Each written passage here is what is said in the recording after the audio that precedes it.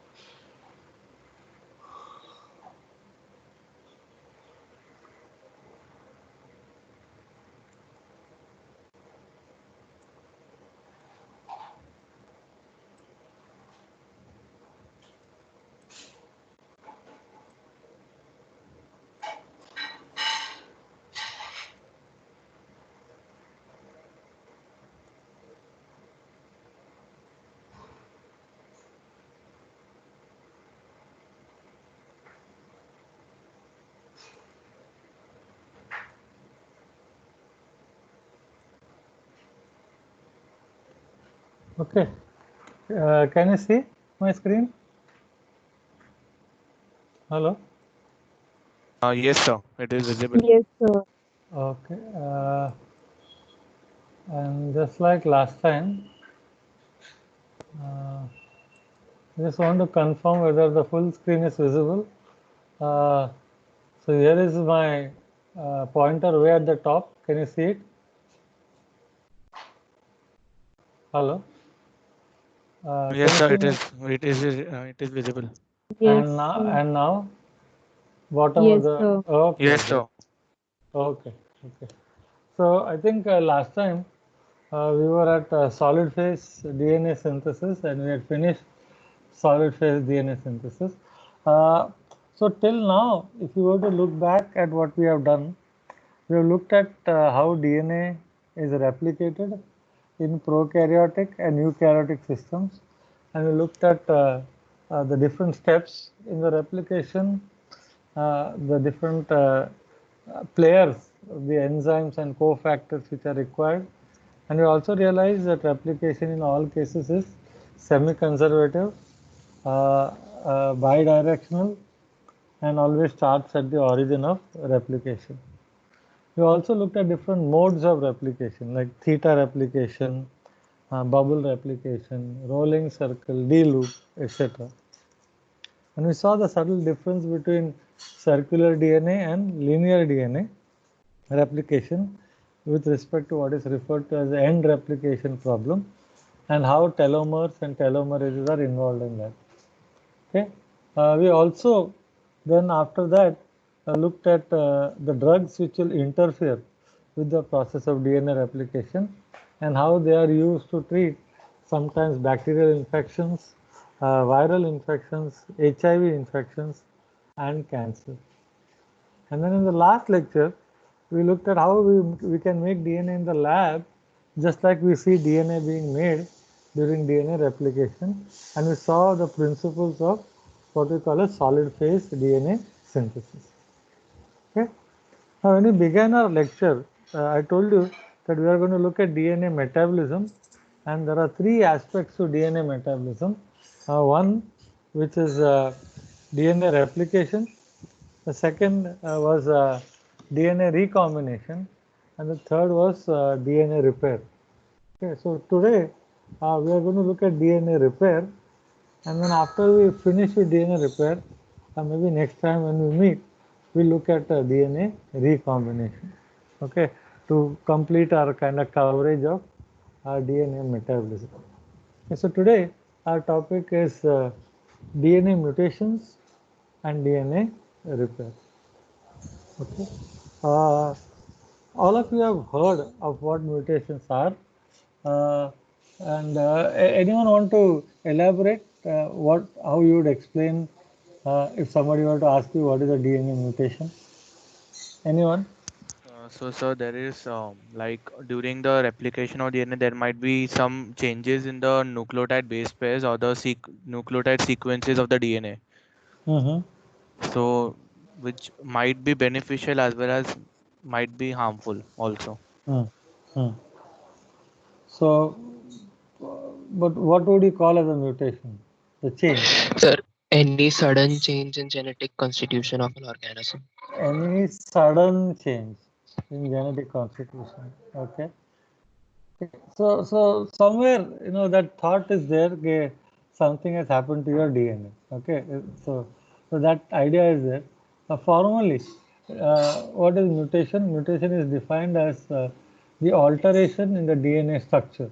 And when we say alteration in the DNA structure, we are not talking about topological alteration, but we are talking about sequence alteration. Okay, so alteration in the DNA structure or DNA sequence, and this is the important part, that results in permanent changes in the genetic information coded by the DNA that we are talking about, okay, or the DNA in question.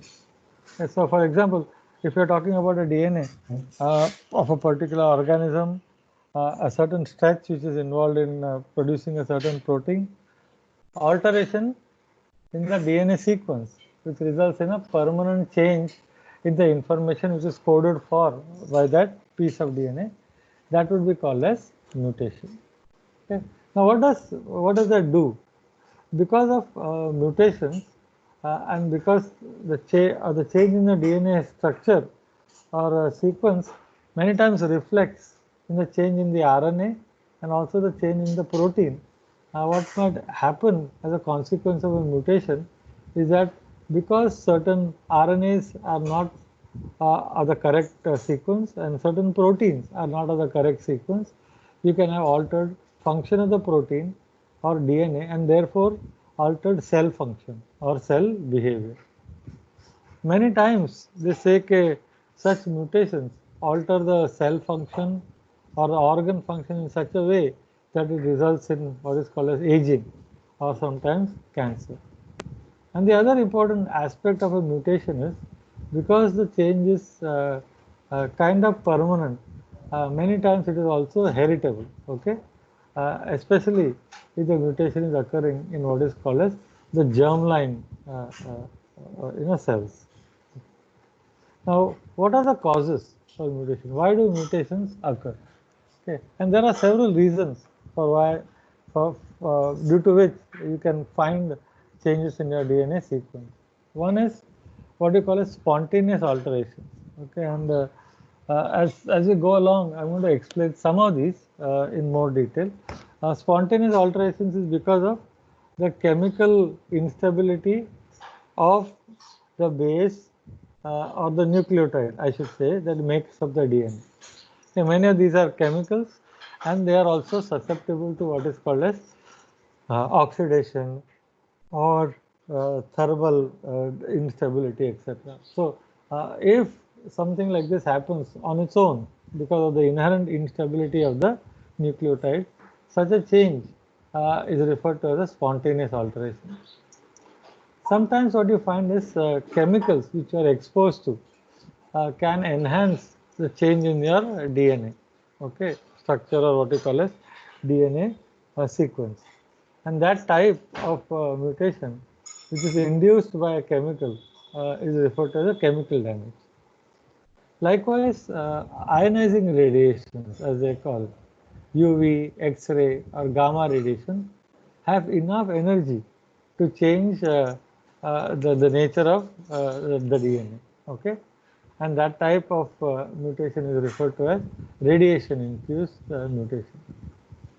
Then you can have mutation because of errors in DNA replication that didn't get corrected. Okay, remember I told you, even though we say that our replication process is very accurate, it is not absolutely accurate. It does have a finite error, percentage. So there is always a chance that during the process of replication, an error may have occurred which didn't get corrected because of what we call as exonuclease activity. And if it stays like that, then that is the cause of a mutation. Mutations can also occur because of what is called as errors in DNA recombination. Okay, this is what we are going to study down the road. But if there is some issue uh, with what we call as recombination of sister chromatids, okay, that will result in also mutation. Are sometimes viruses which are known to integrate their own genome with your host genome, they can sometimes result in mutation or change in your DNA. Okay, so let us look at some of these in a little detail. Uh, for example, look at spontaneous alterations. Okay, now one of the reactions which is very common, which results in mutation, is what is referred to as oxidative deamination. Okay, where you have replacement of an amino group with the oxygen, and therefore it's like a kind of a alteration due to the oxidation reaction. But the oxidation reaction occurs in such a fashion that at the same time amino groups are lost. That's why it's called as oxidative deamination. So if you look at for example, this is the structure of cytosine base as it is present as part of the nucleotide or DNA. Uh, Normally speaking, spontaneously, in the presence of oxygen, you can have removal of this NH2 and replacement with oxygen, giving you what is called as uracil. Okay, so wherever there was a base pairing which was GC, now you will find that the base pair is GU. Okay, and such events occur at a rate of 1 in 10 million bases. Okay, I should say a total of 46 chromosomes, and the entry is 3 billion base pairs. The total number of bases I have is actually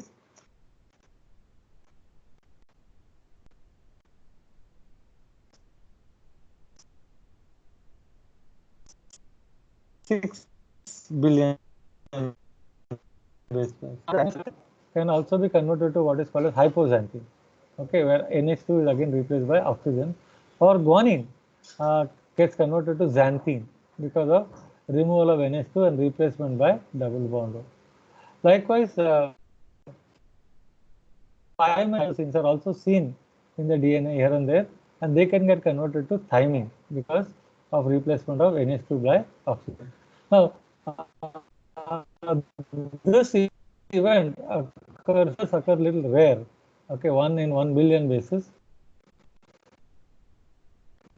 but it occur in a day.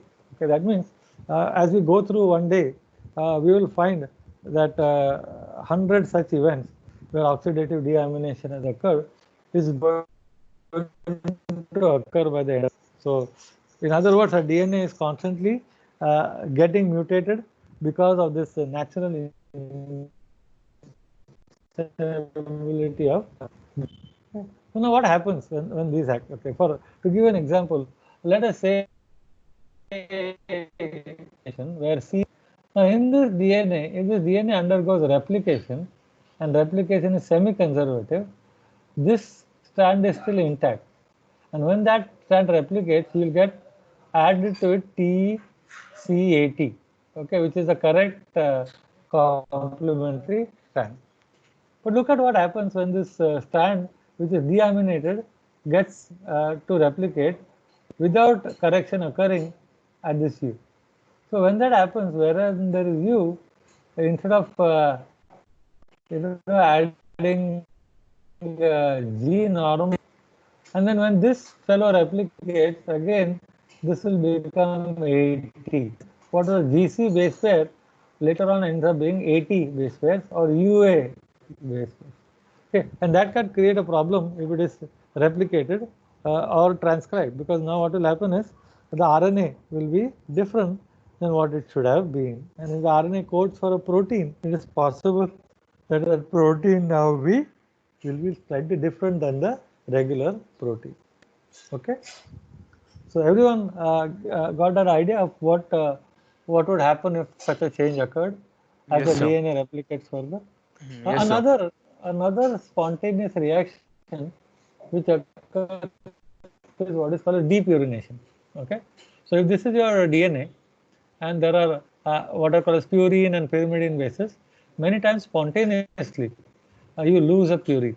Okay, so from the DNA, for example, this guanine base is lost, which has got at some places only a sugar with no base. Okay, now this is a hydrolytic reaction. Okay, basically OH minus is attacking this carbon here and eliminating this guanine. Okay, now normally what is seen is, although in theory you can get depurinidination also, depurination occurs more frequently than depurimidation. You can frequently than what you saw previously. For example, see the example here. Previously it was 10 billion bases or 1 in about 1 billion bases. Now see what happens here. So it is 1 in about 100,000 bases, so 10 raised to 5. So overall, 10,000 such events can occur in a regular day. Okay, because wherever in our body we are, 70% water. Okay, so water is around, and therefore, if hydrolysis is a instability reaction, uh, that is going to happen. You will lose this purines at a significant rate at 10,000 events per day. Okay, so these are the two spontaneous essentially get what is called a DNA mutation. Okay, just give me a second. I'll be back. Just hold.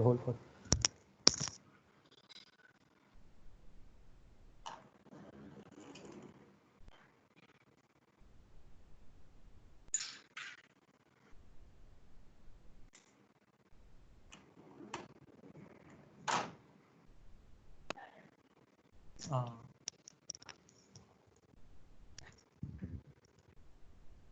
hello, hello.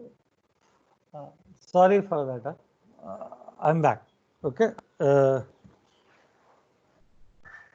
So going forward now. Okay. Uh, what is the consequence of that? Okay. So if I have lost the base, so what? Okay. Now see what happens to the DNA if there is a missing base. So let us say this is your original DNA. AGTNA was bonded to, actually speaking, TCA and T. Okay, but because of depurination, I have lost the adenine. Now, when this DNA gets replicated, that replicates without a problem, and you get the correct original DNA. But when this strand gets replicated, what happens is the DNA polymerase starts reading this T as a A. It reads, sees a C, it adds a G. Then it sees nothing. So it doesn't do any addition. And then it sees a T and it adds a A. So in the end, what happens is now you'll have addition, of of a base pair.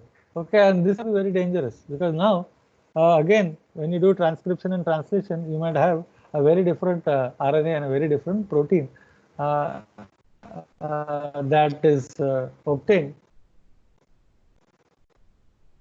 from the same sequence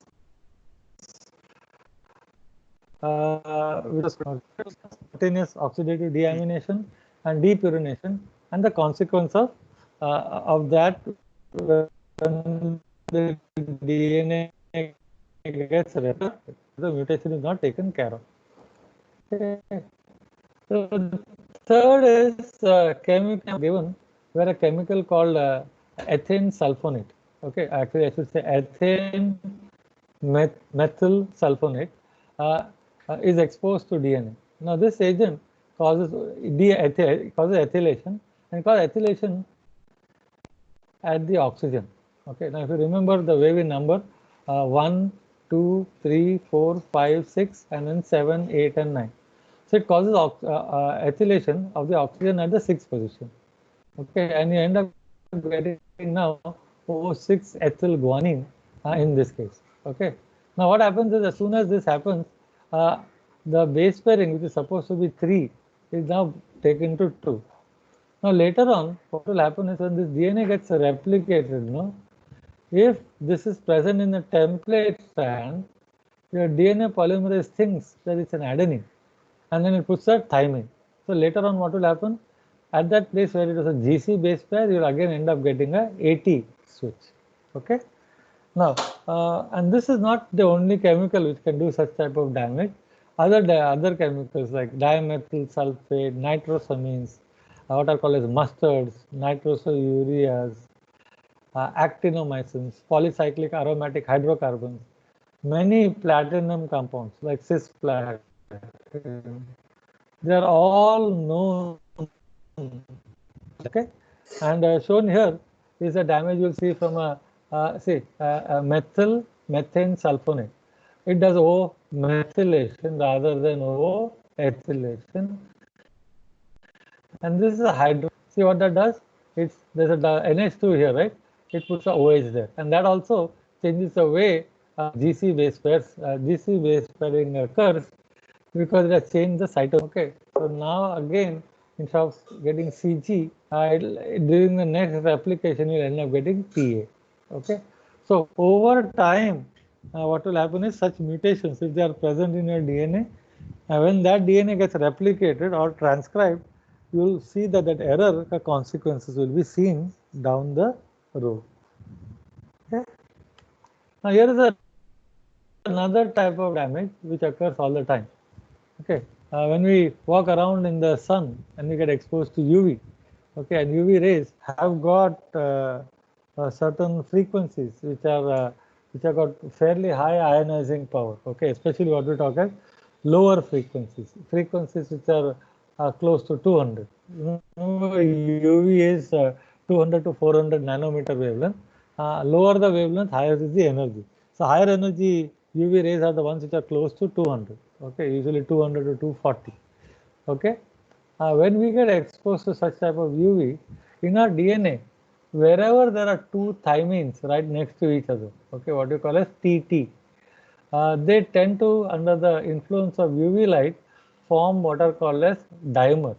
So if you look at this, normally in thymine here there would be a double bond. Okay, so usually it will take a little while to get a feel for what this is.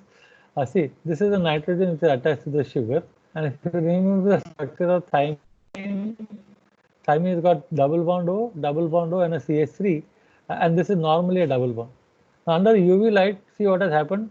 This double bond and the double bond of the adjacent thymidine have undergone a reaction which is light catalyzed such that it simply cyclizes. So imagine for a moment, I don't know whether you remember, we talk about like Diels-Alder reaction and all, where there's a diene and a dienophile, where you find double bonds kind of just migrate. The same thing happens. Imagine the electrons of this double bond are used to form a bond between this carbon and this carbon. At the same time, the electrons which are present in these two, between these two carbons of thymidine, go back and attach to this. That causes what is called as a interthymidine cyclization. Okay, and you get a cyclobutane ring there.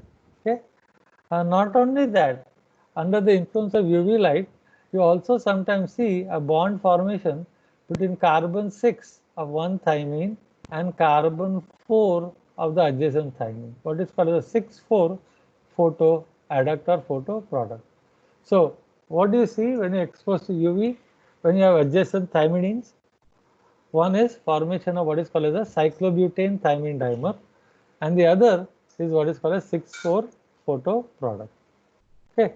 Now this is all damage induced by radiation. So in the first case, we saw damage which was spontaneous, which is deamination, depurination. Second, we saw induced by chemicals like dimethyl, sorry, and then hydroxylamine, and a EMS. lot of alkylating agents, etc., DMS, etc. And now we are seeing effect of radiation, especially UV radiation. Okay, sometimes you also can get damage due to what is called as reactive oxygen species. Okay, you might have heard of this. That's why nowadays you see in the papers you have to take a lot of antioxidants so that you reduce the damage caused by this reactive oxygen species. Uh, these reactive oxygen species are generated in the body all the time. Okay, and what they can sometimes do is they can cause oxidation of many of your DNA bases. For example, shown here, it can oxidize guanine to form 8-hydroxyguanine, which itself is unstable. It loses this proton, and the electrons come here, and this ring opens up. Okay, and you get what is called as the aldimine. Okay, what do you call as 5,4-amidopene, but the other terminology for is an aldimine. Okay, ring open aldamine. Okay, so these are all the types of mutations which are occurring all the time. Okay, and normally without anything, if you remember, we get more than 10,000 such events. And imagine at the time we are exposed to chemicals, and that is just going to add to the incidence of these things that are occurring in your body. Okay. Now, because of this, and if you do not have systems to take care of this, then you end up getting what are called as mutations, or what you call as permanent change to your DNA. Okay. Now, depending on what type of change has occurred on your DNA, mutations themselves are classified into different types. Okay, and there are different ways of classifying mutations. Okay, and I've shown you here kind of 6 different ways you can classify mutations. So go through it, and then I'm going to give you specific examples. Okay, one is based on where the mutation occurred. Okay, whether it occurred on a somatic cell or what is called a germline cell, that is a sperm or a ovum. Okay, so when mutations occur on regular cells, they are referred to as somatic cell mutations. When mutations occur to DNA, which is part of your sperm or ovum, then they are referred to as germline cell mutations. Okay, the second is the mutations are classified on the basis of how they occurred. Okay, what you call as origin. Was it spontaneous? Was it induced? And if it is induced, was it chemical induced or viral induced, etc., etc.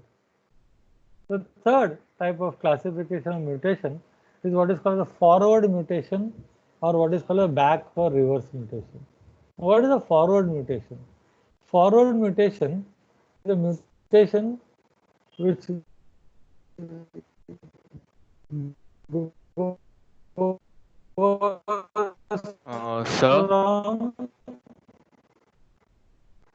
from sir, your to voice is hello. cracking.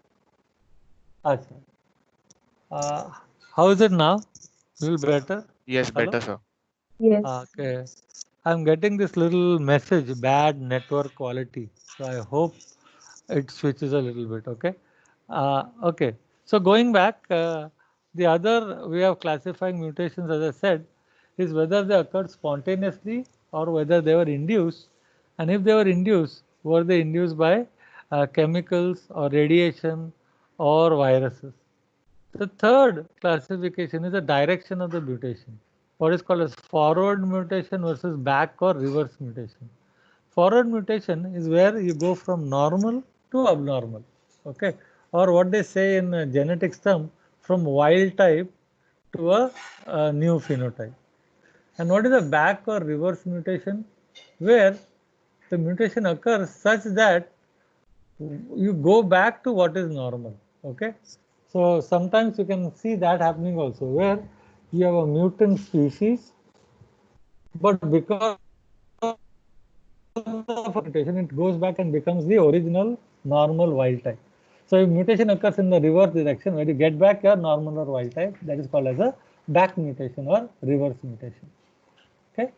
The reason I'm talking about this, and maybe down the road you will know, is one way we check for whether chemicals are mutagenic is we do what is called an Ames test. And in the Ames test, normally what they used to do is take bacteria and expose them to certain chemicals to see whether we are able to convert that bacteria into mutant bacteria. Okay. But in a variation of an Ames test, what they do is take mutant bacteria and see what is the rate at which the chemical mutates them back to the normal. Okay, so you are actually testing for what is called as back mutation. Okay. Then the next one is size and quality. Okay, uh, in terms of size, whether the mutation is occurring at a single point on the DNA. Okay, what is called as a point mutation. Okay, or is it occurring in the DNA in a manner where there's a gross change in the DNA. Okay, which means that it is not occurring at a single point but across a small region or even across a big region. Okay, so those are referred to as gross mutations. Okay, just to give an example, point mutations are what are called as substitutions in some cases, where one base along the DNA is substituted for another one. For example, we saw where guanine got converted to, for example, what was that? When we did oxidative deamination, cytosine got converted to uracil. So that is where it will look like a substitution. Or if you remember where I had deep urination and then later when DNA replication occurred, at that point one was removed. Okay, and those are referred to as indels. Indels stand for insertion type of mutation or deletion type of mutation, where a single base gets added or removed. Okay, I'll give you examples of that as we go along. As opposed to that, gross mutations are where you have big chunks of sequences which are rearranged or added or removed or taken from one place and put at another place. Okay, so mutations are also classified in that way. You can also classify mutations on a phenotypic way. What we mean is where a mutation results in, say, loss of a function or a gain of function, or what are called as causes conditional mutants. Okay, what do you mean gain of function or loss of function? For example, let us say color blindness. Okay, where a mutation has resulted in my inability to see red color or distinguish red and blue. Okay, such is like a loss of function mutation. Or I have a mutation which is called as gain of function mutation. Okay, where a mutation has occurred where let us say a gene that I have is duplicated. So now relative to the normal population, I am able to do some function better because I have double the amount of a given protein. Or a third type, which is called as conditional mutant, where normally I would never exhibit any signs of being a mutant unless I'm so allow me to grow very well at temperatures about above 40 degrees centigrade. Let us say I'm a bacterium. Normally I do grow above 40, but because of this mutation, I'm unable to grow about 40. So long as I'm growing at 20, 25, 30, I will appear to be very normal to you.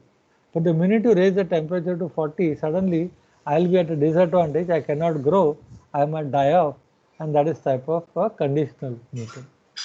Okay, or as they say, in terms of the chromosome involved, whether the chromosome on which the mutation is occurring is one of the 22 chromosomes that we are talking about, or whether it's a X or a Y chromosome.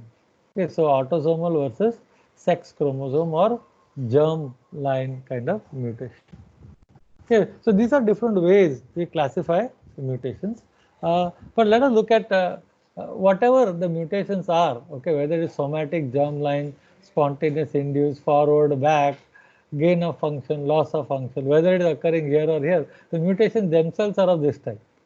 Okay, either they are point or they are gross. Okay, so Here is an example of point mutations. Okay, so one type of point mutation is referred to as a transition.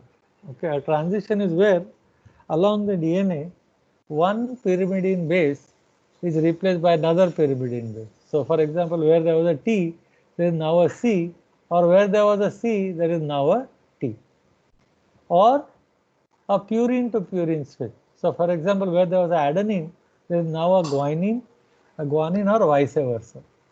So, such a mutation is referred to as a transition mutation, or transition point mutation occurring at one point along the DNA. What is a transversion? A transversion where a pyrimidine is converted to a purine at that location, or a purine is converted to a pyrimidine at that location. For example, if there is a T at a certain point of the DNA, due to mutation at that point there is either a A or a G, or it might have been a C in whose place there is now a G or a A. Okay, so such conversion is called as transversion. And that can also occur in the opposite fashion, where there was adenine, now there is either a thymine or cytosine, or where there was a guanine, there is a thymine or a cytosine. Okay. Now, what is the consequence of such type of mutation? We said last time it can cause problems when you do replication and you start producing, transcription and proteins. Okay, so based on the consequence, such type of mutations, which are point mutations and which are transition or transversion, are also referred to as sometimes missense mutation. What's a missense mutation? Look at the example here. This is the original sequence, and the original sequence is, remember, it's all CAT. So CAT, CAT, CAT, CAT, CAT, and CAT. Okay, and imagine that I'm reading this DNA after it has been converted to RNA, and that RNA, which is CAT, codes for histidine. Okay, so I'm going to get from this piece of DNA a protein which is all histidine. Now let us say there's a replacement of a single nucleotide, and see what has happened here. There's CAT, then CAT, then CAT, and then now there is CCT. So what has happened? A has been replaced by C. So what type of mutation is this? A point mutation which will be called as a Transversion. transversion. So see what happens then. As I am making the protein from this piece of DNA, which is going to then get converted to RNA, here I'll keep on adding histidine, histidine, histidine. But see what happens here, because the CCT, I suddenly add a proline. Later on, I continue to add histidine. Now, it is entirely possible that because of this proline, the protein that I produce is either functional or non-functional. Okay, if it is non-functional, then this could be a very dangerous mutation, and such type of mutation is called as a missense mutation. Okay, here is another example, what is called as a nonsense mutation. Okay, see what happens here. The original DNA is CAG, CAG, CAG, CAG, CAG, and mutation has occurred here. So now that RNA that you get is CAG, CAG, CAG, and see what has happened here. Instead of C, there is a T. So what type of mutation is this? Transversion. No, C got converted to Sorry, T. So this is a translation. transition. Okay. Now see what happened because of that. What used to code for glutamine now has become a stop codon. So what will happen now? The protein will never be made into its completion. The protein will be now truncated, or will get a very smaller protein. Now depending on where this occurs, okay, if this is occurring very close to the what you call as carboxy end of the protein that is being made, and because you lost one or two amino acids, you don't lose the function of protein, you are lucky. If this happened in the middle of the protein, then what you would get is a very, very shortened protein which may not function normally, and therefore you end up getting problems with respect to your cell growth and cell division later on. Okay. Now look at the next example. Okay. Here is what is called as the insertion mutation. Okay. Insertion is because I have added an extra base. Okay. Now see, the original sequence is cat, cat, cat, cat, cat, and so on. Now, in this mutation, A has been inserted. So this is now reading cat, cat, cat. And now instead of cat, I'm going to read ACA, then TCA, then TCA, then TCA. So what does it do to a protein which is supposed to be in all histidine now? Suddenly the protein is histidine up to this point, then becomes threonine here, and then it's all serine, serine, serine. Okay. Now what has happened here? This is type of mutation has resulted in the protein being totally different from what I had before. Okay. Now look at the previous example. In this case, the damage is only to one amino acid. Okay. In this case, I just simply stopped making the protein. Okay. And in this case, I'm making the full length protein, but it's a totally different protein. Okay. Such type of mutations where the reading frame gets shifted from being cat to now ATC, then TCA, TCA, TCA. That is referred to as a frame shift mutation. Okay. So invariably the protein you get is normally non-functional because of these gross changes that have occurred. And the same thing can happen if you have a deletion. Okay. So now look at this example where, again, like the previous example, I had cat, cat, cat, cat, and now one A is gone. Now because that A is gone now because of a deletion, I start reading it. The first three I read without a problem, histidine.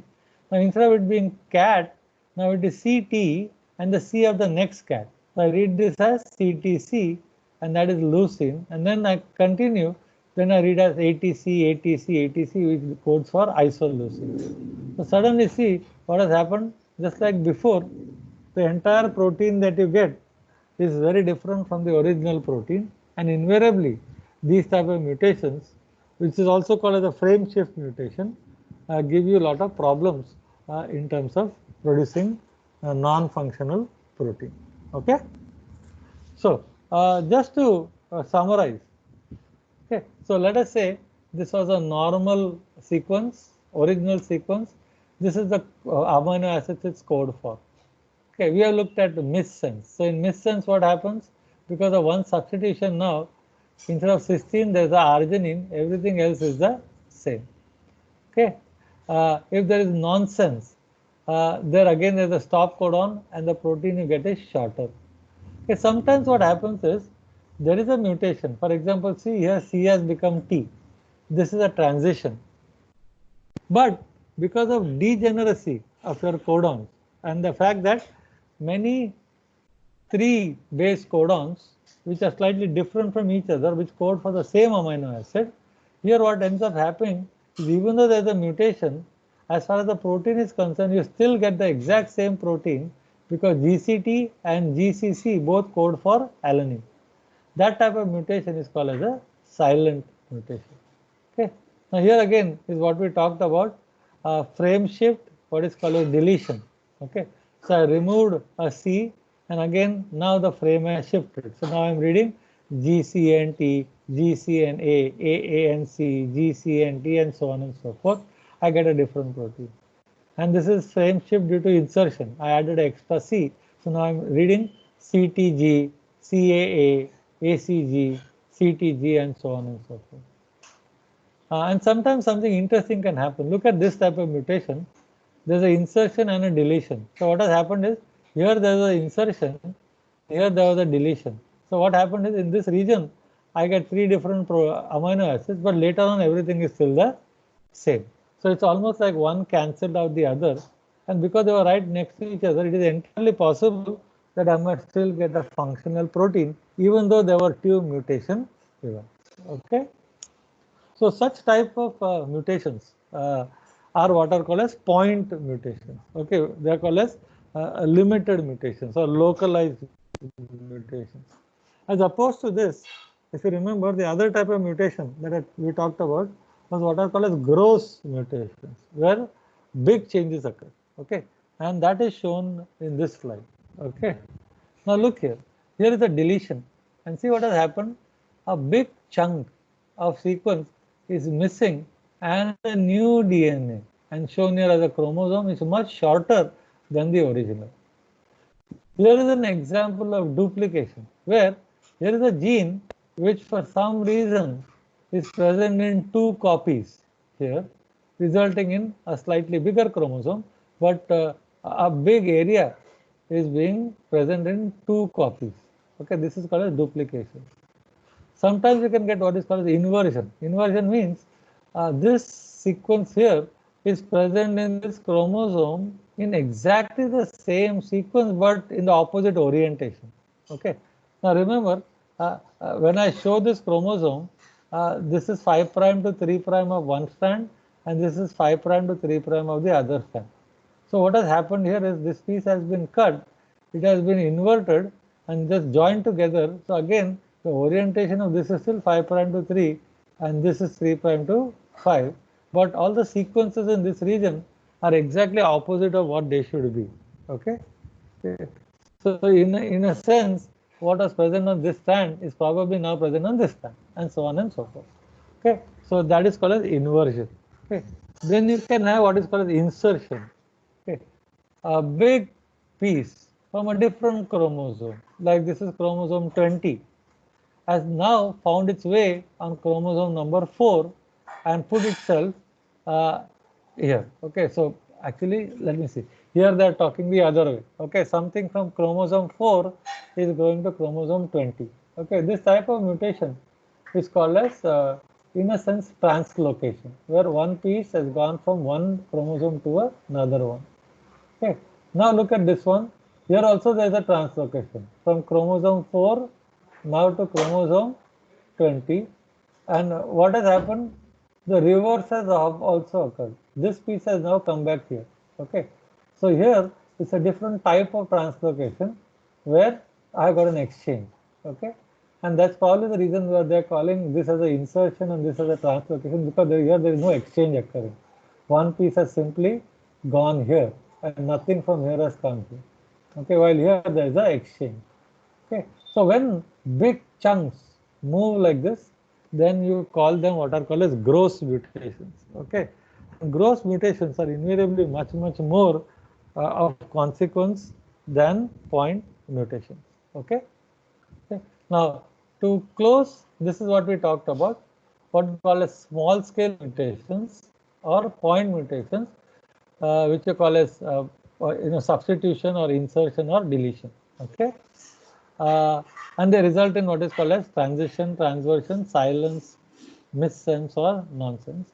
And large scale or gross mutations, which will result in what they call sometimes deletion, sometimes inversion, sometimes rearrangement, and sometimes amplification. Okay. Now there is another terminology which I want to expose you to. When you have what they call as changes in your DNA, which are the result of point mutation, where the only change that has occurred is at the level of a single base, then such type of mutations are also referred to as single nucleotide polymorphism, or what you call as SNPs, SNIPs. Okay. So what are single nucleotide polymorphisms? Where when you compare two pieces of DNA and you find that at certain locations, instead of A being in one chromosome, in the other chromosome there is G or T or C. Okay. So when you have such substitutions which are occurring at different places along the chromosome, such differences relative to a what you call as a wild type sequence, or what you call as a what you call as a standard sequence, would all be called as single nucleotide polymorphisms. Okay, and single nucleotide polymorphisms are known to occur along your DNA uh, at a rate of almost one every like 30 to 40 bases. Okay, so what we talk, we say as 3 in about 100. Okay, or what you call as uh, I should say more correctly. I think it's not like 3 in 100, but 1 in 300. 1 in 300 bases. Okay, so 1 in 300 bases basically means it is 3 in 1000 bases. Okay, so 3 in 1000 bases means 0.3%. Okay, so 0.3 bases are different for every 100 base along your DNA when you look at it between people. Okay, that is what results in the statement which says we are 99.7% same and we are 0.3% different from each other. That is because of the existence of these differences between people, which is present to the extent of 0.3%. Okay. Now, when this happens, okay, what you find is two people differ from each other uh, with respect to more than a million bases being different between the people. Okay. And because of that, we see differences in people. Like for example, some people have blue eyes, some people have regular eyes, some people have brown eyes, some people are shorter, some people are taller, some people have regular hair, curly hair. All these, to a great extent, are because of what is called as SNPs. Okay. So this is how everything gets related to what we talk about in terms of how humans are different from each other. Okay, much of the differences is because of SNPs, as it is called, single nucleotide polymorphism. So what do you mean when you say SNP? When you go along the DNA and compare two sets of DNA and you see changes with respect to one base along the DNA, and that difference could be either a transition or a transversion. Okay, so everyone comfortable with what has been told till now? Okay, to summarize, Yes, sir. what are mutations? Now, what are some consequences of these mutations? Although we told proteins can be different and stuff like that, in real life, such genetic differences uh, can result in big issues. For example, there is one SNP, what is called as a single nucleotide polymorphism, where the normal DNA, okay, at a certain location has a sequence GAG and the complementary sequence is CTC. Now, what has happened that in this person at this location, this A has been replaced by T. In fact, all that has happened is this has switched around. See this? Instead of being AT like this, it is AT in the reverse fashion. But A switching for T is called as a transversion. Okay. Now, what happens because of this? When this DNA is converted to RNA, that RNA is now GAG. Here it is GUG. Now, GAG codes for glutamic acid and GUG codes for valine. Because of this one change, the structure of hemoglobin changes and you get so profound changes that your RBC itself gets a different shape. It becomes the shape of what is called as a sickle, and that is why you call it sickle cell anemia. And these people have very low oxygen carrying capacity. Okay, so one change and see the consequence, you can get what is called as sickle cell anemia. Similarly, last time we were talking about thalassemia. Remember? There also, when gene or genes related to alpha globin are missing or changed. Okay. So what does this mean? In this, sometimes you see single nucleotide polymorphism, sometimes you see, in a sense, a more gross changes. Okay, and those, if they affect the structure of alpha globin genes or beta globin gene, again, your capacity to carry oxygen changes and your RBC's lifetime also becomes fairly less, and overall your RBC function is also compromised. Okay, and that type of genetic disorder is referred to as thalassemia, alpha thalassemia or beta thalassemia. Okay. You can also have mutations in proteins which are involved in controlling your cell behavior. Okay, for example, there is a protein which is called as P53. Okay, and this protein does something very interesting. It suppresses tumors as and when they arise in the cells. Okay, remember, as I told you, all along the day we get exposed to lot of mutagenic events. Some of this may not get corrected, and if they don't get corrected, that cell will become aberrant and it might behave odd. So what this P453 does, is that if it finds that the cell is not behaving normally and that the cellular function is now compromised, it triggers the death of that cell. Okay, and by doing so, it suppresses the formation of tumor. So P53 is called the tumor suppressor gene because it produces a protein which affects the cell cycle regulation and it causes apoptosis induction. Okay. Now, if you have a mutation in this gene, what will happen? Your tendency to suppress such tumors is lower, so you become more prone to getting cancer. So your chances of getting cancer start to increase. Now, this is a nice example of a conditional mutant in the sense that if you are living where no initiation of cancer is occurring, you will never know you have this mutation. You will be normal in always. But if you live in a place where there is a lot of exposure to loss of pollutants which are potential to cause DNA mutations, then suddenly you will be at a disadvantage and you will have a disadvantage in that in you the probability of getting a cancer goes up. Okay. So that type of mutation which affects results in increased propensity to cancer. Then you can also have mutations where the sex chromosomes are affected. Okay, for example, hemophilia is what is called a sex linked. Okay, and what happens is here, look at the example. Here is a father who carries an X and a Y chromosome, and the gene for hemophilia is present on the X chromosome. Okay, and this father is carrying a normal X chromosome. Okay, shown here. See this dark blue, it says unaffected, and that refers to this dark blue which is there on the X chromosome. Now he gets married to this lady, and this lady is a carrier. So if you look at her X chromosomes, one is a normal X chromosome which contains this dark blue, but the other copy or the allele copy in that same location is a open box. Open box means it is carrying a mutation. Okay.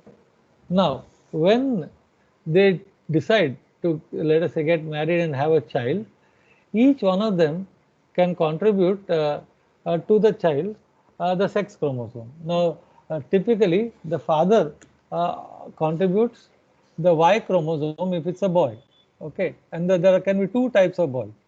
Okay, boys where the father's Y chromosome is present, which has got no consequence as far as hemophilia is concerned, but the mother has given either the normal gene or the normal X chromosome, or the mother has given the affected X chromosome. So if a boy gets this, then the boy will show signs of hemophilia because he has got only one copy of DNA, and that DNA is now carrying a mutation. Now what about the girls? Now when girls are produced by these parents, the father is also always going to contribute the normal chromosome. Okay, so the X chromosome from the father is always this normal, shown here on the right here and shown here on the right here. But what does the mother contribute? Mother can contribute either the normal or the abnormal. If she contributes the normal, then the daughter will be unaffected. But if she contributes the abnormal, then the daughter is carrying one good copy and one bad copy. This good copy then allows the synthesis of that clotting factor, which which makes the person kind of normal in a sense, and therefore this person will act as a carrier just like the mother. Okay, so when such parents, where mother is a carrier, marries a father, and father can never be a carrier in a sense, because if the father has a bad copy, he will be affected. Okay, so fathers are never carriers because of the 6 X-linked chromosome. Okay, so if she marries a normal father, then the children will be this. So there is a 25% chance of getting an affected son. There is a 25% chance of getting a carrier daughter, and there is a 50% chance that there is a son or a daughter who will be normal. Okay, everyone comfortable Yes, sir. Yes, sir. with the consequences of what happens? Yes, sir. And therefore, for these things to not happen, okay, now imagine when we started the discussion, we said how many mutation events can occur in a day? Approximately 100. 100, which was only oxidative deamination. What about depurination? Remember the number for depurination? Anyone? 100,000?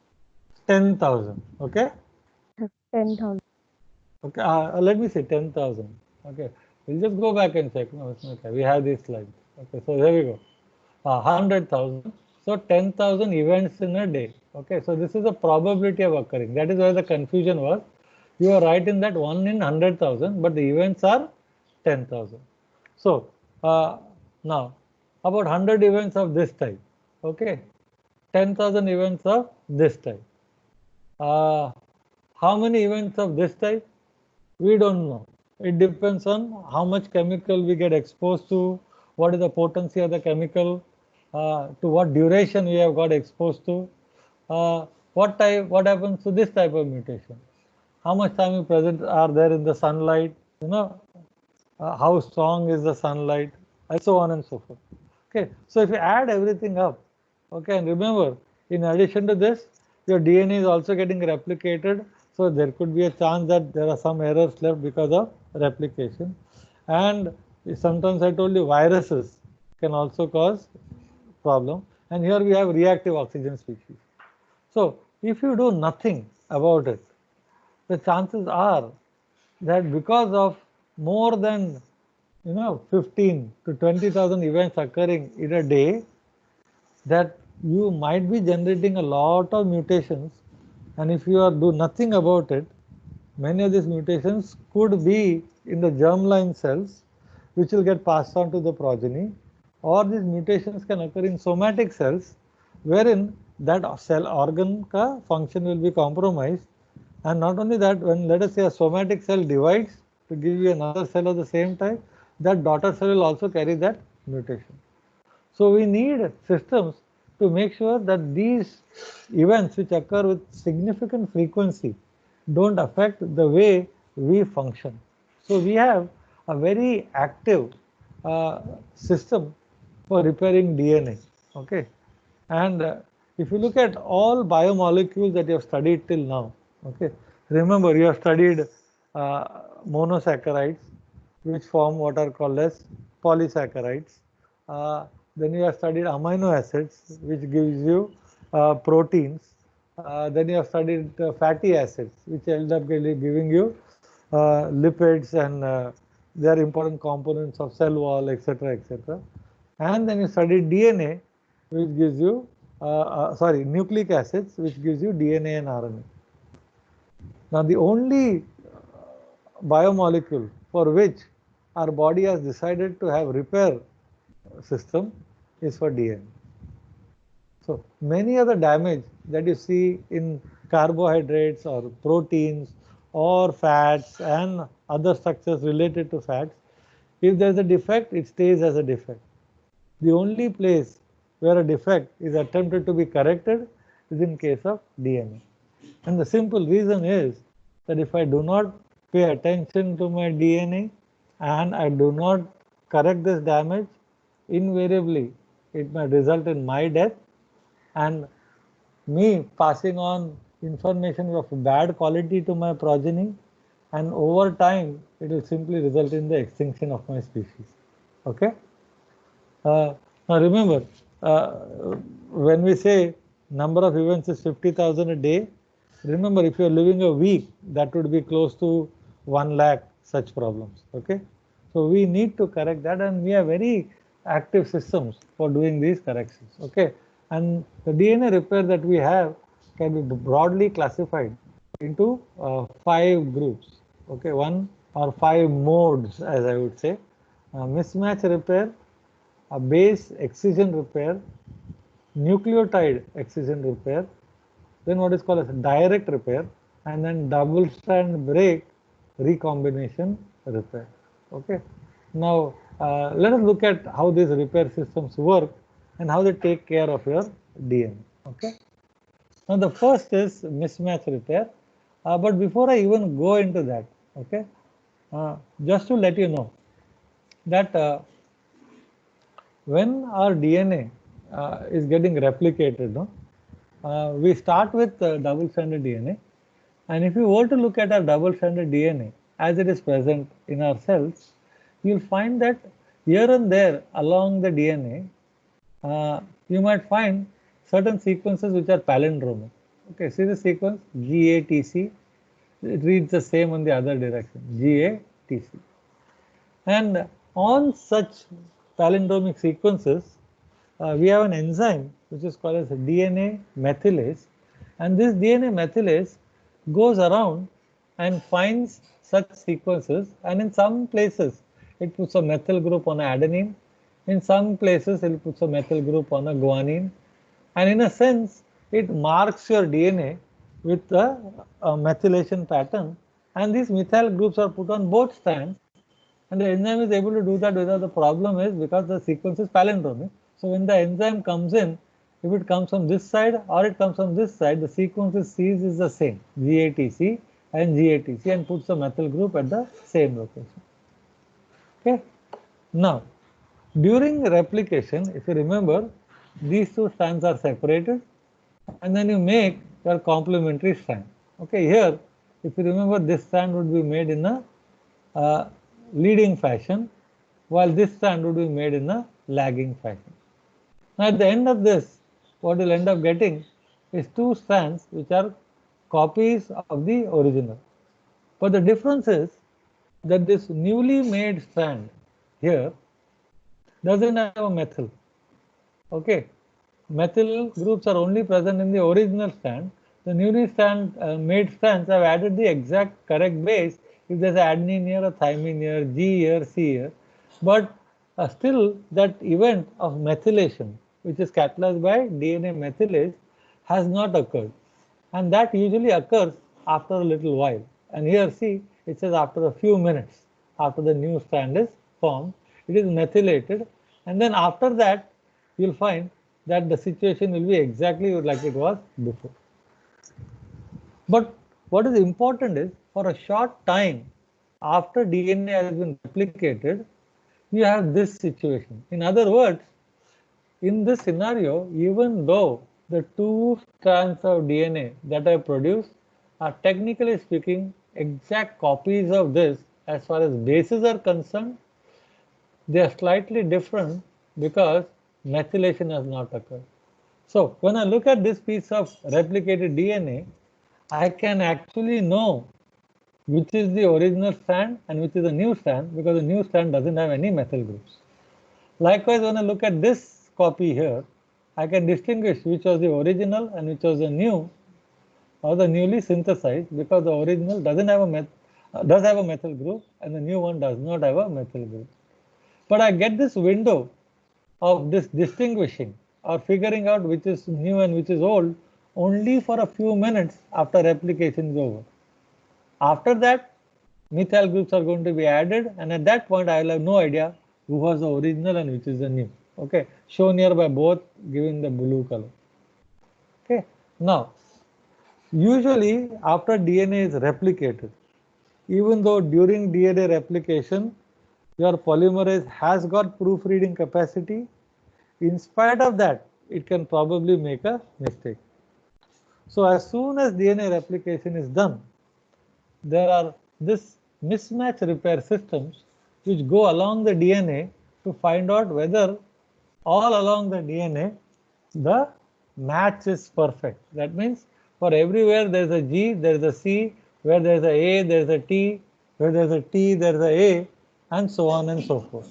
Okay, and that is very, very important because if it does find a problem, then what it does is it cuts that strand which it recognizes is a strand which is newly made.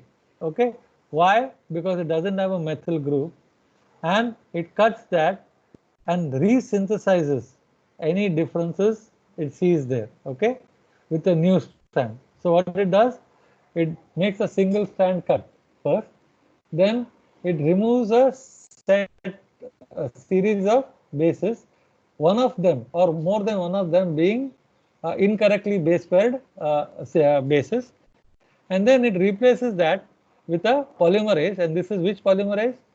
DNA polymerase, if you remember, not delta or epsilon, but gamma. If I, okay, Yes, sir. new base, and after it puts the new bases, it seals it with ligase, and therefore any mismatches are detected very quickly and corrected, and these are mismatches because of inability of the proofreading function to work well. And because of this, many damage to DNA during the process of replication is already corrected. Okay, so you have two levels of correction that occur when DNA is replicated. One is the inherent proofreading capacity of DNA polymerase, and second is after synthesis has occurred, what we call as mismatch repair. Okay, and because of this, our replication occurs with fairly high fidelity. Okay, now when DNA damage occurs in other ways, not as part of the replication process, then these other systems come into play. Okay. Now, what is this system? What is called as base excision repair. Okay. Now, as the name says, I am going to remove the defective base. Okay. Now, look at the sequence here. The original sequence is CGAGTAGG. And what has happened here is C has become U because of deamination. So along this DNA, there is one what is called as, if you can say, a point change, where C has become U because of oxidative deamination. Now, in this repair system, there is an enzyme called glycosylase. And what glycosylase does, and I'm going to name this in general glycosylase. Depending on what base you are removing, you can give it a specific name. But what it does is it only removes the base part. So in this case, it will remove only the uracil part. And now, if you look at the DNA, you have the sugar phosphate backbone, which is intact, but at one base, now you have got what is called as a depyrimidinated DNA. So this defective pyrimidine base, which is uracil, which was formed because of C becoming U, is removed and have done temporarily a depyrimidation. Now what happens is, at this point, an endonuclease comes in and it cuts the DNA here, and then it removes the sugar phosphate, okay, and creates a little gap, which is now filled with DNA polymerase, which acts to correct C. Okay, and then after adding the C, the ligase seals the dick, so that this change of C to U is now taken care of. Okay. Now you might ask a question: how will the strand figure out which is which? Okay, which is the original, which is the new? Now remember, in DNA, normally U is never present. DNA is only ATGC. So this repair system, when it sees a U, it realizes that this is defective and this is not defective, because G is normally part of DNA, but U is not there in DNA. And therefore there is no need to even check the methylation pattern. The minute I see a uracil in DNA, I know that is the problematic base and not the base on the other strand. Okay, so this is also shown here in a slightly different way. There was a defect here, so glycosylase removed that base, so there is a little gap. Then endonuclease came in and cut it. Then this exonuclease also many times removes a small stretch, okay, of DNA and leaves a big gap. Then the DNA polymerase comes in, puts in the correct bases, and later on the ligase seals it. And now what you have is these bases which are added new, but they are exactly complementary to what was there, and that damage of C to U is taken care of. Okay, everyone comfortable with this system? Yes, sir. What is called as BR, Yes, sir. or base excision repair. Now sometimes the damage to the DNA is a little more grave, in the sense that rather than only one base being affected, sometimes you might have what is called a dimer. Here I've written a pyrimidine dimer, CT dimer, or it could be a TT dimer, or I could have damage where alkylation has occurred on 3 or 4 bases in this region.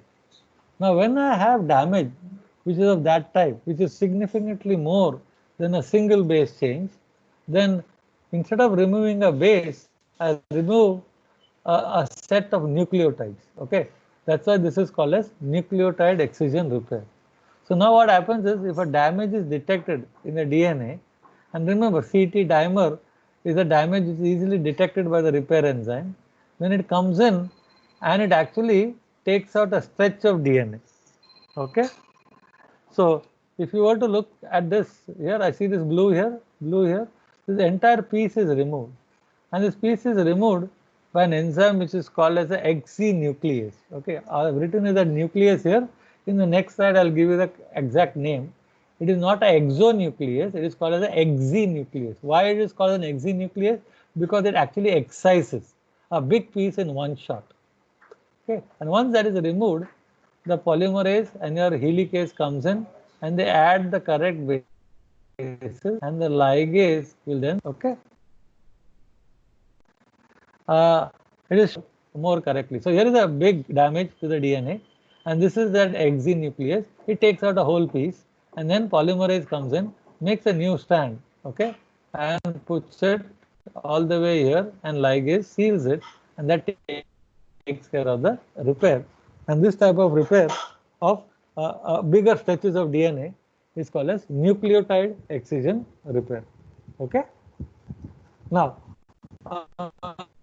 some of the repair which is taken care of is formation of, as I say, pyrimidine dimers by UV light, or alkylation caused by a lot of alkylating agents. Okay. But there is also another system which repairs UV damage, especially at thymidine dimers. If you remember, formation of cyclobutane or 6,4 linkage. There's an enzyme which is called as photolyase, and photolyase does exactly the reverse. It also needs light, but it does the exact reverse reaction and gives you back your original.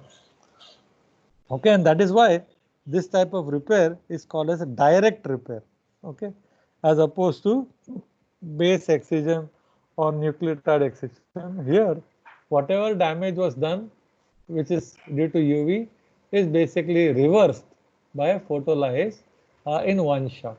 Okay, and that type of repair is called as direct repair.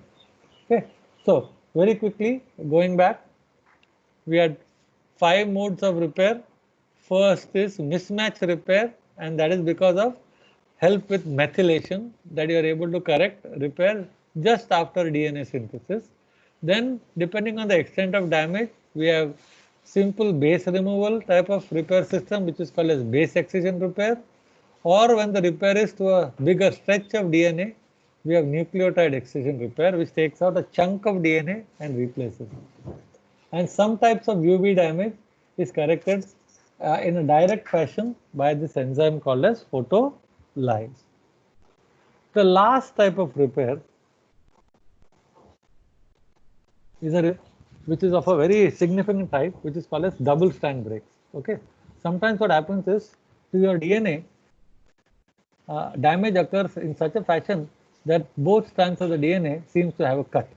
Okay, and when this happens, to repair them is not easy. Okay, and the reason it is not easy is you do not know how to do the repair, especially if as part of this DNA break, some bases are also lost from the end. So now what happens in that case is, sometimes you don't know what to put and how many bases to put before you start ligating these two strands. Now in that scenario, two things sometimes happen. Okay, one is what is called as NHEJ.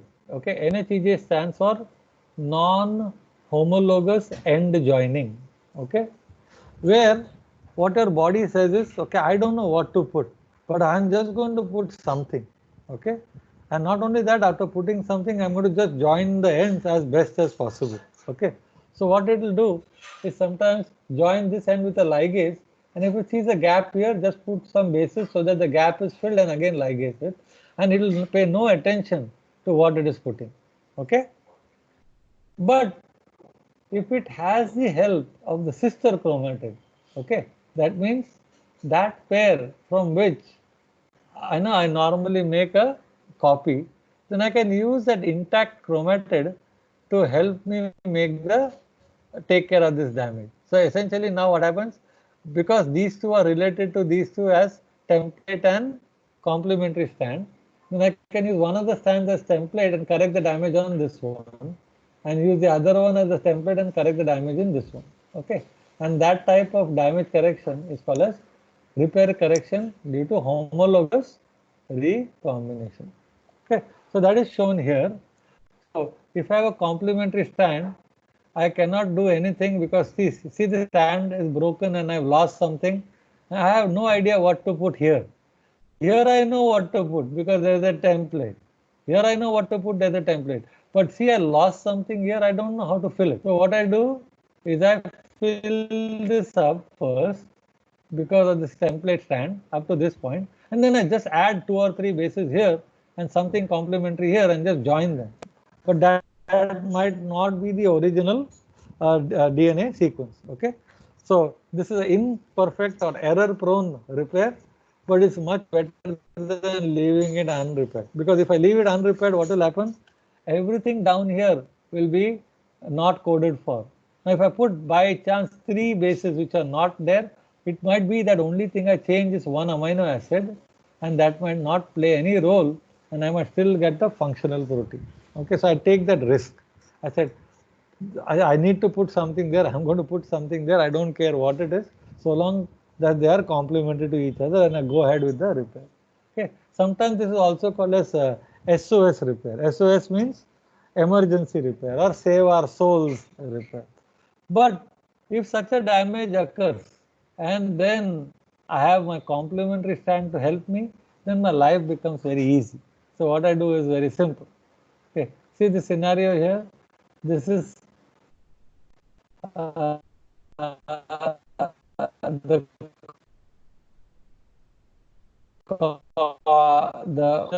I separate these strands, then use this as a copy, and then use this as a template to make the correct copy here, and in the end I get the same DNA as it was as the original. Okay, and I take care of the damage. Okay, now we are going to look at this also in more detail in the next lecture in terms of why we have this homologous recombination.